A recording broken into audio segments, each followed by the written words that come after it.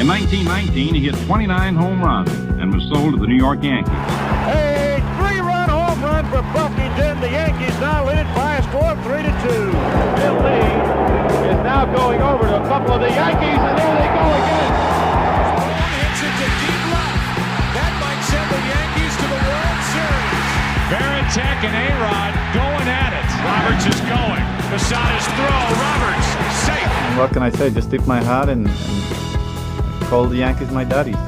Welcome to Fanbase, a deep dive into the greatest rivalry in sports. Brian Shackman here with John Senecal, episode 198.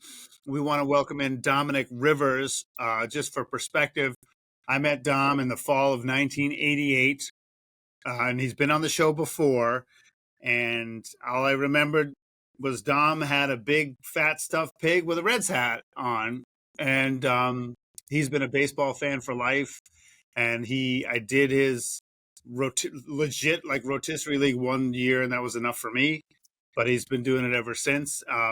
First of all, Dom, the rundown of the show is we're going to update the Red Sox and Yankees. We're going to talk about your recent time at Fenway, and then the big reason we wanted to have you on is you live in the Denver area, and obviously we want to talk about the historically bad Colorado Rockies. First of all, Dom, how are you? How's your baseball life going? I'm great. There's some definite interesting things about this season that are still unfolding. Baseball life's good. Good. Okay. When Dom, I think the policy is chime in whenever you want.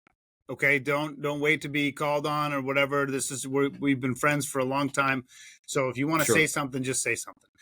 In terms of, we'll get a quick update on our teams. I mean, listen, as we're recording on a Thursday morning, the Red Sox have lost 5 in a row. They're 4 games under 500. They're 9.5 out of first. I did sports this morning on my radio show, so I know all the stats. And Cora seems to have almost given up, to be quite honest with you. I hear his post-game sound every game, and he doesn't just sound despondent. He sounds like he's given up. And I go back to the one thing that I don't understand, that people don't hold him more accountable. The 2 worst fielding teams in the majors are the Colorado Rockies and the Boston Red Sox. And at some point, the manager has to pay for that. Like, what the hell is he doing with the team to prepare them for games? There's no way that if a well-drilled team is not – if you're a well-drilled – somebody's got to be last in the league in fielding. But if you're a well-drilled team in a market like Boston, you should never be at the bottom. So my sports radio hot take, call up Roman Anthony, be a jerk about first base and put whoever you want there. I don't care if it's Devers or my mom. And just let the kids go out and play, because they're not good enough now. And if they're not going to make a big trade, let's just let the kids go out and play.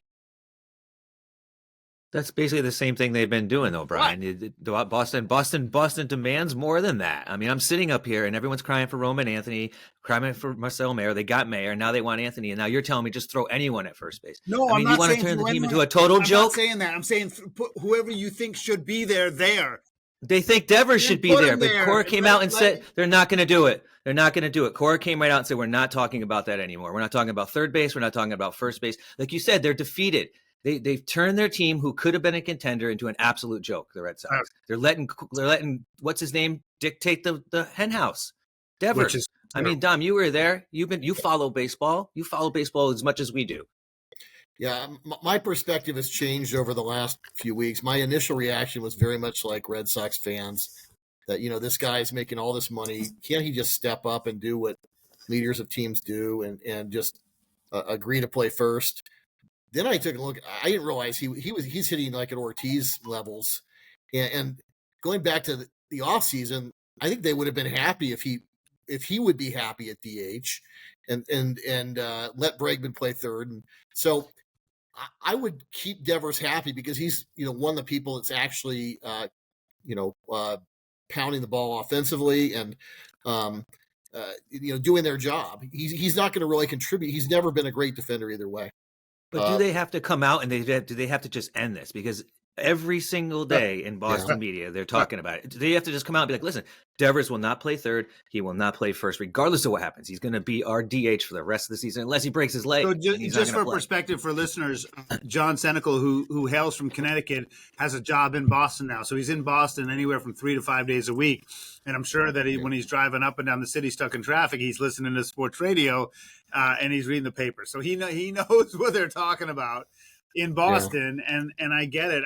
I just honestly, like, this is why this podcast is so interesting to me, because the way the team has been run the last 5 years makes me like baseball less. And so it's been a struggle for me to do a lot of these things, because it used to be our safe place, the place my wife and I love to go the most in the world. And like now it's tough. And the ballpark experience is to me is wanting, and the team stinks. So why not just pay next to nothing and go see the Hartford Yard Goats and have just as good a time? I mean, I again, I can't wait for tourists like Dom Rivers to stop going to Fenway. That's what I want. I want the Iowa farm boy making his graduation trip to Boston to stay home. I want them to draw 18,000 in July and then see how they feel. I really think the team needs to fully crater financially before they have a reckoning or they get sold. I'm surprised though that the ownership isn't more aggressive and just trying to make this money. team. They're still profiting. They're not losing money. I don't get it. But why turn the team into like a tabloid? Like, why do that? I get the injuries and stuff. You're going to deal with that. Like that, every team deals with that. But the whole Devers thing, it's just been handled terribly from the start. I believe things can always get worse. And if I'm on here to talk somewhat about the Rockies, I understand there's been a relative malaise in the Boston nation since the Mookie Betts trade and thereafter. But in terms of the worst ownership groups, I still think, even with all their mistakes, that the Red Sox fan experience is definitely in the top half. It just should be in the top 5 all the time, because Fenway is such an asset. The fan base is such an asset. And also we've seen things like the Twins go on 13-game winning streaks. Things have changed. I was at the game in Boston on May 4th, and it wasn't like people were thrilled with the way the Red Sox were playing, but they were a couple games out, a few games out. I mean, they could go on, a 14-2 or 13-3 run, and they're right back in the thick of it. And they really do have talent. So I have not been privy to, watching Cora's body language and that sort of thing. That's disturbing. But I'll tell you, like, if I'm not saying you're suggesting they fire Cora, but if he were on the open market, all but 2 or 3 teams would be falling over themselves to take him. Well, I think a lot of people want. He just resigned. A lot of people want He's him not fired. going anywhere. A lot of people think his contract extension is part of the problem, that he's set for life now and he doesn't need to work. I don't know, or he's too afraid of the players, or he sides with the players over ownership. I don't know what it is. But I want to get more about your Fenway experience. But let's get it. I mean, the Yankees are in the opposite direction. Even when at night they don't get hits, they win games. I mean, that the game on Wednesday night where all they had was a sac fly from Anthony Volpe, and there was enough to beat the Angels, who aren't terrible. I personally think, John, I want you to chime in. I mean, this weekend series with the Dodgers is going to be a whole lot of fun, and I think it's one of the things that gets the casual fan in, because I just think it's got everything. Yeah, I mean, obviously, that's the big draw of the weekend series. But let's talk about what you talked about just a second ago with how the Yankees scored that one run. Now, if you look at that in the first inning, Ron Washington walked Aaron Judge. They had to lead off a double by Goldschmidt. He gets to second base. They walk Aaron Judge to put runners on first and second. And now it's the pressure's on the pitcher, right? What does he do? He walks the next batter, loads the bases. So Anthony Volpe gets a sac fly. So comes back to bite you, right? So like we talked about before, Aaron Judge is as good as the people in front of him and behind him. And in that situation, it both worked out. So as long as Bellinger is hitting behind him and the guys are behind him, and guys are getting on base, Aaron Judge is going to keep rolling. So you had talked about that, Brian. Why aren't they walking him? Well, Washington did it twice yesterday, and it backfired on him again. And I think you'll see that more and more. So that's why it's so important for Bellinger and the other guys to step up. What about what about the weekend, though? I mean, the Dodgers are scuffling a little bit of late, but they're still the. I'm not so worried about the Dodgers as much anymore. there's a reason why they have 12 pitchers, right? Because 9 of them right now are all hurt, right? So it's basically Yamamoto is their main draw. Kershaw's back. Shohei is throwing, so he is on track to be coming back. But the Yankees, I think, are just a better team right now. They're just playing better. I'm not so worried about it. I really not. And going down the road, I'm not so worried about it. I think the Yankees, if they stay healthy, have a better team than the Dodgers, especially pitching. You have this, especially pitching. You got a quiet confidence about you right now. Well, the pitching, man, if it's healthy, like look at the Yankees pitching. There is no other team in baseball that's as good as the Yankees pitching right now. When you think about it, really, I mean, maybe there's one team close, but they are clicking on all cylinders right now, front to back. He's John Senecal. I'm Brian Shackman. It's episode 198 of Fanbase, a deep dive in the greatest rivalry in sports with Dominic Rivers, baseball aficionado, good friend. Why don't we talk a little bit real quickly before we get to the Rockies? When was the last time before you were at Fenway a couple weeks ago? What was the last time you had been there before? I can't believe it, but it might have been when I lived in Boston. I was a Boston resident last in 2007. I split half the year in Boston before moving back to Denver, which was the year both those teams met in the World Series. So I was feeling like touched by God as a baseball fan. Yeah. Okay. So it's 2007. So that's 18 years. 18 years. Like what was different? What was the same? Like talk about the comparison. Yeah. Smelled a lot of weed outside the stadium. That was the difference. Yeah. Well, that's true. Denver and New York, and anyway, not to digress, but yeah. So, those of you watching the video component might notice I've gotten a lot larger horizontally over the years. So, starting to feel the Fenway experience. I'm not the 1912 male, and so showed up, and it was a rainy day. I was so happy that the couple or whoever was supposed to sit next to us didn't show up, so my partner and I could kind of man spread over a couple seats. So I was thinking this would have been a very uncomfortable day compared to 18 years. So there's that. But no, it was still a great experience. But having the afterglow of the 2004 situation and another would-be World Series championship happening in 07, it doesn't feel like that. It's still a lot better than in terms of the fan engagement than most places, but no, that was special, and it could be that way again. I am convinced, but it's still, even though it wasn't as crazy exciting as it was in 2007. Talked to my partner about, the concession lines are still long. All the things that John talked about in his rant about Fenway a few episodes back are true. We got there, we had this deal on seats where you had food with your ticket, right? So we sat in line for, I don't know, at least 15 minutes. We realized, hey, you're in the wrong line. You have to go down to this place. So I was grumpy right off the bat when I got in. Overall, it was good, but no, it does not match the magical times of. Well, I mean, just the promotion, because I sent you that promotion, right? I mean, I gave it to thank you. And it's basically like 2 tickets, come with 2 hot dogs and 2 sodas, and the seats are good. I mean, you had legitimately good seats. Yes, they were good seats. But you have to go to one place to get the food and the drink, right? And it's in one line in the back right field part of the stands or whatever. But to me, that's the number one thing. When 2007, there were no promotional deals for tickets. No. Are you kidding me?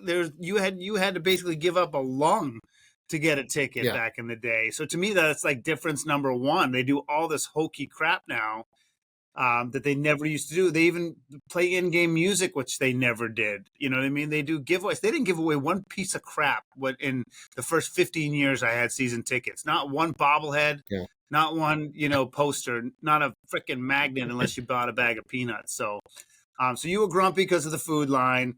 The stands were not totally empty, but enough empty seats where you're I'm not going to do a guess on height and weight with you where you could be comfortable. But it was still better than most parks. That's basically what you're saying.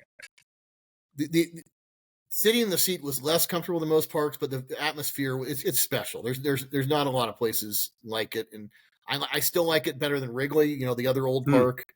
It's it's Why like do you like walking it better to a than museum. Wrigley? Because I thought Wrigley was more spacious and comfortable than Fenway.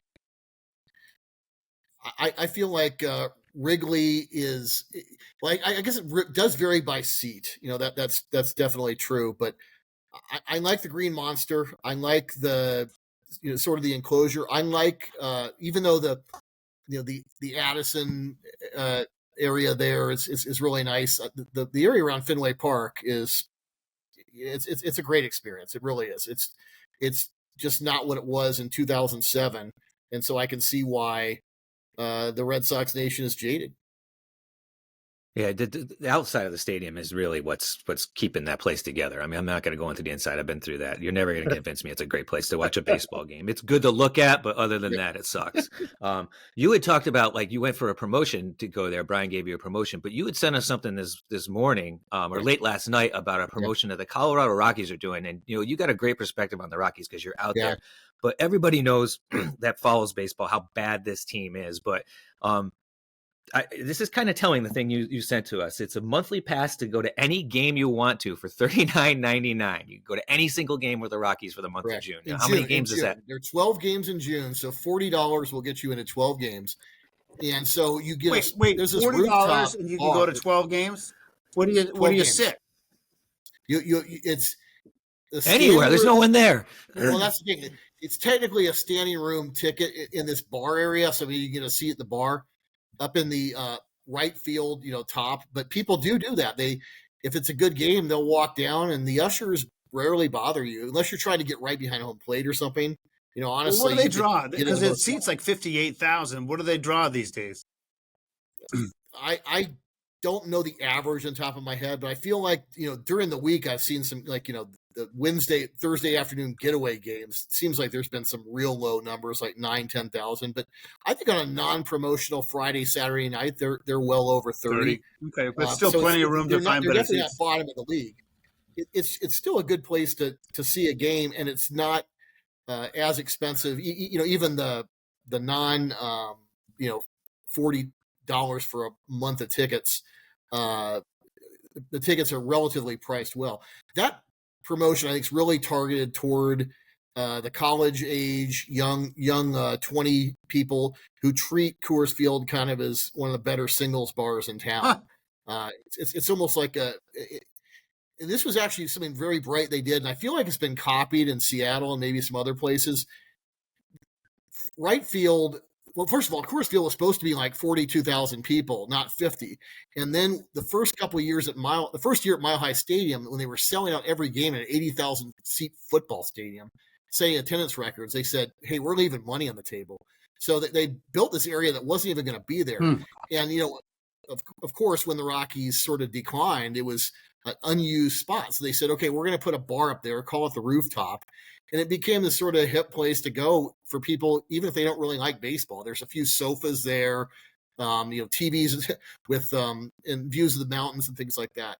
So that's kind of how it happened, and it made the empty parts of the stadium, like you'd see it in Oakland with Mount Davis and things like that, look less empty. It was kind of a bright idea, but it's not what you'd call a rabid baseball fan area. Yeah, I mean, they shouldn't have built that big a stadium. I mean, and sure. I think the lesson's been learned. A lot of the new stadiums are skewing smaller. I heard the Vegas stadium was going to be like in the low 30s. Yeah, which sounds a little decided for sure. Yeah, I mean, I think anything up to 40 is kind of can be good. So it says here Colorado is averaging 26,000 a game. That's not terrible. But still, it's plenty of space to get that $40 ticket and go where you want, though. And I think that my wife and I used to joke when we were paying all this money for season tickets that, I mean, one season could have paid for 10 seasons in the same seats in Kansas City. I mean, it is like this strange disparity in ticket prices. He's Dom Rivers. I'm Brian Shackman, John Sanical. This is Fanbase, a deep dive into the greatest rivalry in sports, episode 198. So let's dive into the Rockies. As of this taping, they're on pace to lose 136 games, which would be 15 more than the record-setting White Sox last year. And 26 wins on pace. 26 wins. Stunning how now they've had a couple games, against the Cubs, they didn't play poorly. They just couldn't produce enough runs. And I mean, how bad is it, Dom? Just give us a sense. Are they that bad, or are they bad luck? Like, I don't get it. I think they're a historically bad offense and a bad pitching staff. I mean, right now, a third of the way or so into the season, although they have the highest, ERA in the league, it's like 6.36 or something like that. That, when you do the park adjustments, whichever one you believe, I think Baseball Reference has them as the, fourth worst pitching staff for ERA plus or whatever. But the offense is, without any adjustments, the second fewest runs scored. I mean, that's historically bad. It's well, especially considering where they play. OPS plus of 73. So 27% worse than the league average. That's historically bad. If you sort their lineups, they basically have three hitters that are decent to slightly above average, and everyone else has just been total garbage. And I think the Coors Field effect masks it. And of course, the pitching's not good, but I don't think it's as historically bad as the offense. And the other problem too is, sometimes you have the White Sox after last year. I think you go to the Baseball America and other publications, they're top 5 farm system, right? Thanks in some part to the Red Sox saying Kyle Teal. The Rockies are middle to back of the pack, 15th, 20th, 22nd. It's not like there's immediate help on the way at all. The prospects they do have tend to be in the lower minors, not in AAA. So it's not good, and I think the White Sox are going to be good before the Rockies will. Dom, it's funny you talked about their minor league system. So I when we just thought about talking about this, and I was thinking, they're obviously a bad team, right? But yeah, I'm thinking, is it something they're doing in their drafts? Is it something that they're just not trading for players? So I went back and looked 10 years into their draft system, going back to 2015, right? And they've had 15 number 1 picks over that time. Now, somewhere, they get some in 2 or 3, and actually they had 3 in 2015. And I looked and I would figure, well, let's pick a lot of pitchers, right? Hopefully one of them will hit. And out of those 15 picks, they took 5 pitchers. And 2 of them have made the major leagues that are on their team, that are on the Rockies right now. A guy, Rollison and Dolander are on there. Now, they also had three infielders they picked and 5 outfielders out of those 15 picks. And 6 of those 15 picks overall have made the majors across the board. Have made the majors. So they're just not either picking good players, or these pitchers that they're picking are burning out real quick. They're not hitting. They're not clicking and making it. I think that's been more of the recent phenomenon. They've had 34, 33 seasons with 9 winning records, 4 playoff appearances, 0 division titles. So it's not like they've had a lot of success ever, but they've had probably 0 winning seasons since, 2013-ish. And so there might be sort of a Peter principle here that they've only had 4 GMs in the whole history of the franchise. And the current one, Bill Schmidt, was in scouting for a long time and would have likely been involved with some of the decisions, to draft guys like Arenado and Tulowitzki and, historically good players. And he's sort of gotten promoted all the way up to GM. And so maybe the people under him have had bad luck, or maybe they've just don't have, they really need a fresh set of ideas. I mean, the fact that they've had 2 general managers since Dan O'Dowd got fired in like 2013, 2014, and both were promoted from within. You would think that a team doing this badly would be the type of organization to look outside, but they're just known for being very insular. The Mountford family likes people they're comfortable with. It's not all money. I looked it up, and I think their payroll they're not the 30th. They're like around 20th, 21st. Well, Tom, let me ask you 2 things. One is, I don't know anything about the owners, so tell me about that. But also, I mean, in Boston, it would never happen. Like, does the city even care? The city does care, and there's been some off the cuff remarks every now and then. You hear, "Oh, this is a football town. It's a Broncos town." you can never. I mean, come on. They were selling out Coors Field for years in the end of the last century, and even in 2012, 2013, there were 2 years under Bud Black where they made the playoffs, and it was I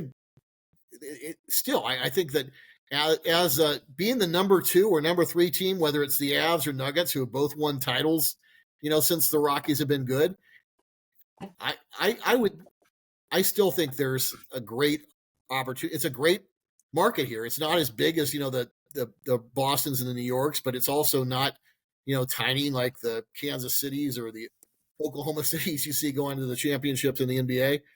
So no, it is the market is not the problem, and you do have Coors Field's a great ballpark. You have the Rocky Mountains as a setting to see at the game, and even though there's a challenge with Coors Field, it gives you a unique product. It used to be used as the advantage. Teams were afraid to come in and play there, and you see less of that. You see fewer out-of-town pitchers getting intimidated by the Coors Field factor. Hence, the Rockies having the second fewest runs scored in all of Major League Baseball, despite this huge advantage. You can win here. It's just they're not doing it. You made a good point there, Dom, about the general manager structure with that team. I went back and looked at the 2 guys you talked about, Arenado and Tulowitzki. Those are probably their 2 big marquee names that they had gotten rid of. And they traded Nolan Arenado in 2021 to the Cardinals. They also gave the Cardinals $50 million in cash. And in return, these are the guys they got. They got left-handed pitcher Austin Gomber, gone. Julius Montero, not heard of him. Mateo Heel, not heard of him. And right-hander Tony Losi. So all pitchers, 2 pitchers and two infielders, and none of which have returned anything. And then you look at the Tulowitzki trade, and they got Jeff Hoffman, LaTroy Hawkins out of baseball, Miguel Castro, and Jesus Tinoco. So a bunch of guys that no one's ever heard of that haven't panned out. So bad trades. And even Hoffman, who did pan out several years later, a different team, and he wound up going. So is there? I mean, I think this is a legit question. Given the way this team is going, I mean, is there a reason to keep this team in Colorado? Is there a thought that maybe given the elements, given just everything about it, can they keep a team here and actually win? Because eventually, no way. You can't just have a loser all the time. I know, but the only thing I would say, first of all, I don't mean to step on you and go down. The biggest problem is that they can't get pitchers to go there because nobody wants to have shitty stats. I mean, that really, if you were getting paid $500,000 more to go to Denver and you could go to anywhere else, you're probably going to eat the money and go somewhere else. These guys, and that's not going to change, though. Right. But I mean, the team makes money. I mean, it's hard to see it's go. But go ahead, Dom. You answer that. Well. And I didn't realize this till John brought it up. You're right. They can't attract free agent pitchers. They can attract free agent hitters. Maybe not right now, because who wants to play for a historically bad team? So why not build more through the draft? They haven't. And if you guys probably go into Baseball Reference, I assume, and you've clicked on like the Red Sox or the Yankees, and click on the button where it says show the best 24 players ever. The top 10, the Rockies, not a single one is a pitcher, right? And that comes from, they've had 34 years to build some pitcher from within.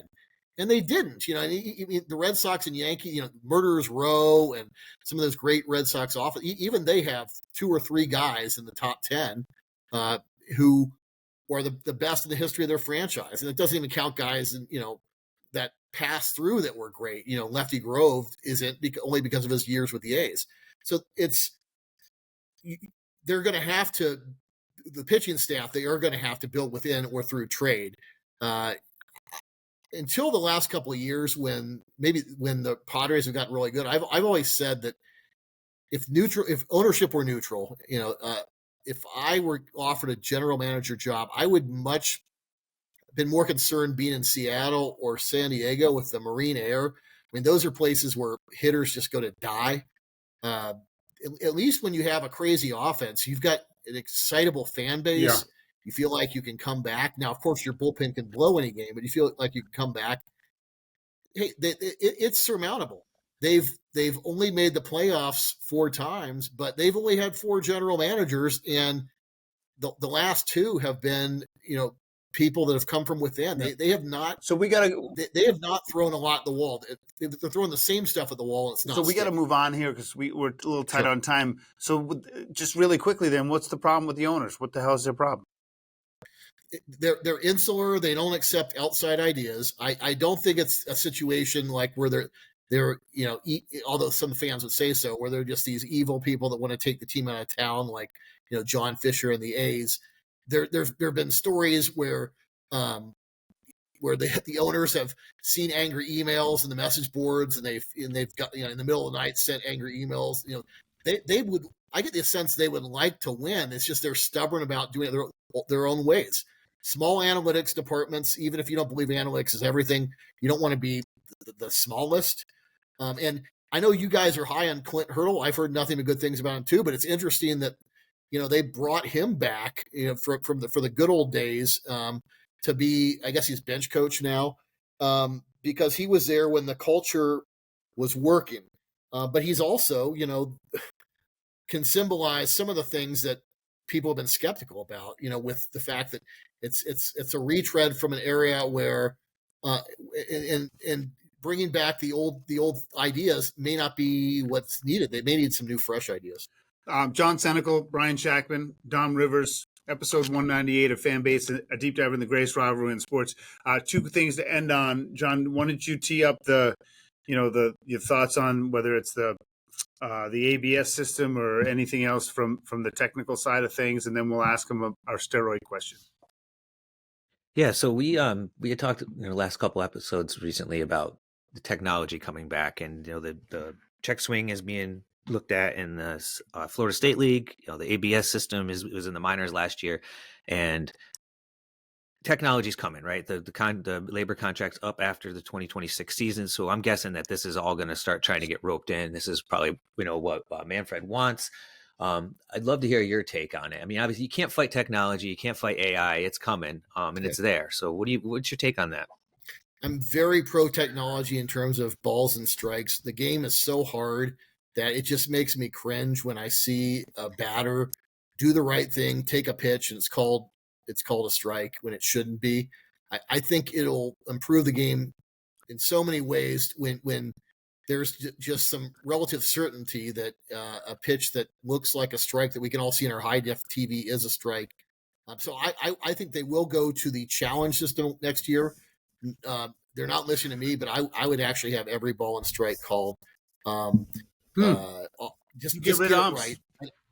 It's also I hate the idea of catcher framing. The fact that this has become such a big deal, and we're rewarding athletes for doing something that's uninteresting. You're getting rewarded for catching a ball pretty instead of either being a hitter, which more offense. I'm all for that. Blocking balls in the dirt, saving a run from coming in. I saw something that shocked me yesterday. If you look at the difference between, we all know Sal Perez, the good hitting catcher. His Fangraphs WAR career is like 18, and his Baseball Reference is like 34. The only difference is one of them factors in framing, the other does not. It shouldn't be that much of a difference. So the fact that we get rid of framing is good for me. So that's one thing. In terms of other things like check swings, I mean, I guess if you get it right, but that's the balls and strikes is one way. I don't like the replay delays either, but I'd rather they get it right just because of the nature of baseball and how hard it is to play. Get it right. Yeah. I mean, honestly, with the technology nowadays, you don't need an umpires on the field, period. I mean, with all the cameras and how they could set things up and fixed cameras and moving cameras, you could do the whole game without umpires. That's fully down the road. But you brought up a good point about going full with the ABS system. Obviously, I don't see that happening right away. I think it's going to be something different than what they've been doing. Like it's only like 2 challenges a game because, if you go full ABS and you get rid of the umpires, you're also going to be affecting the catchers, right? Because like you said, that gets rid of the use of the framing stuff. So now you're going to go back to the hitting catchers. You're going to want the guys like the Fisks and the Yazes. I mean, not the Yazes, the Fisks, and that can hit, right? They aren't these finesse catchers. So that's going to change the game of baseball. baseball if something like that happens. I don't see that happening right away, but it might be, but it will. There's still other skills that are valuable. Throwing out runners, controlling the running game, because now it's easier to steal bases close together, closer together because they're bigger. You're right, but I rather reward that. I'd rather reward something that's interesting for the fan to watch than how they deceive umpires. Do you deceive umpires better than others? That to me it's not that interesting. And yes, it's going to hurt the economic viability of these good framing catchers, but it's a zero-sum game. You hurt that guy's viability, you help the other guy's viability, and I'm pro the other guy, the guy that can knock the crap out of the ball. And there's defensive things that catchers do that are really important. If you block a ball in the dirt with a guy on third, that's like hitting a home run. If you're a kind of catcher that made a play no one else could make, that is saving a run, which is as good as Ken Griffey Jr. catching a home run over the fence. So it's not like it's just going to make them hitters, but yeah, it will make hitting more important. I'm all for that. There's not enough guys getting on base, and it's so. I mean, listen, I'm not going to go into this too deep. I mean, I understand. I think all your arguments are valid, and it's probably all true.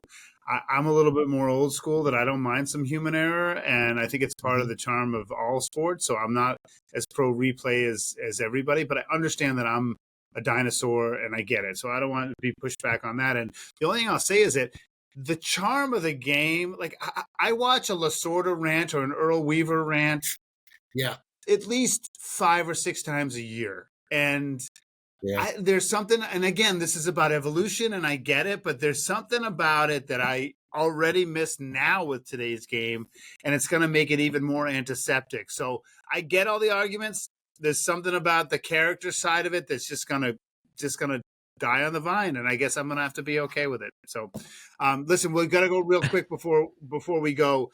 John and I had what I thought was an interesting conversation, and John brought it up, which is with Rose and Shula Show or whatever, brought up the Hall of Fame debate. Then we talked about the steroids, and most of the steroid guys like Bonds and Clemens have never copped to it, right? But he brought up the example of Fernando Tatis Jr., who was busted. And his question was, what if he goes on and has the same numbers for the next 6, 8, 10 years and is Hall of Fame worthy? Does that guy get in?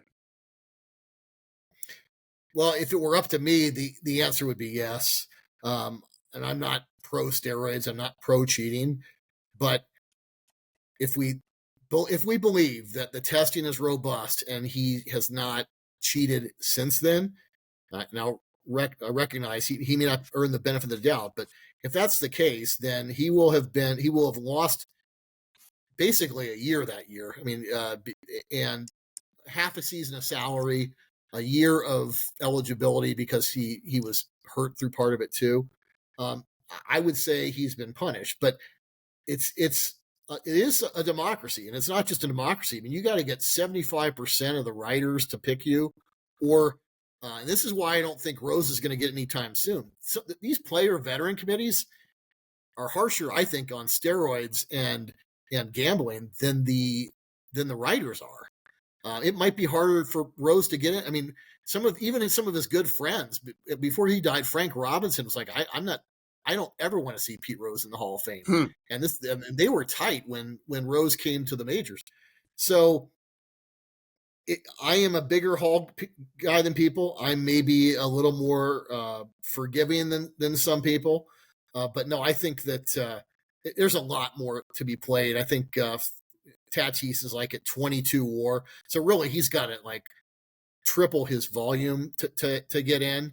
But I don't see why he can't do it. He seems to be in great shape. If he gets a second steroid thing, then that's not happening. He's done. That's tough. I mean, A-Rod is as good a player as I ever saw, and top 3 that I ever saw play, and he got 2 suspensions, and I don't know if he's topped out at like 55%, 60%. You got to get 75, and he hasn't gotten in. So, but no, I think if he plays till he's 40 and he doesn't have another incident the whole time, then maybe they'll forgive something he did when he was 23 or 24. Last thoughts, John?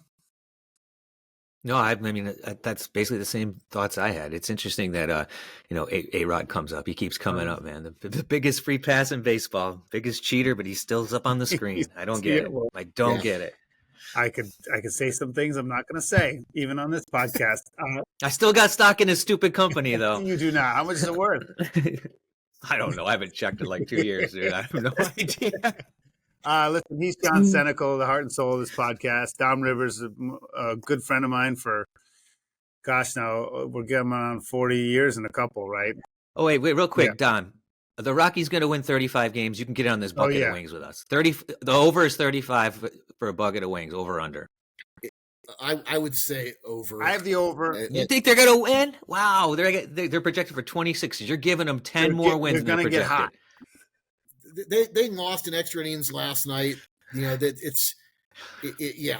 don't know. I mean, so they could blow it up and actually trade one or two of their good players and be worse. But I think they will, and they're still the worst team ever in the modern era, right? If they win 36, 37 games, so it's not like I'm predicting that they're going to. Just to repeat. The over-under is 35. Dom and I have the over. John has the under.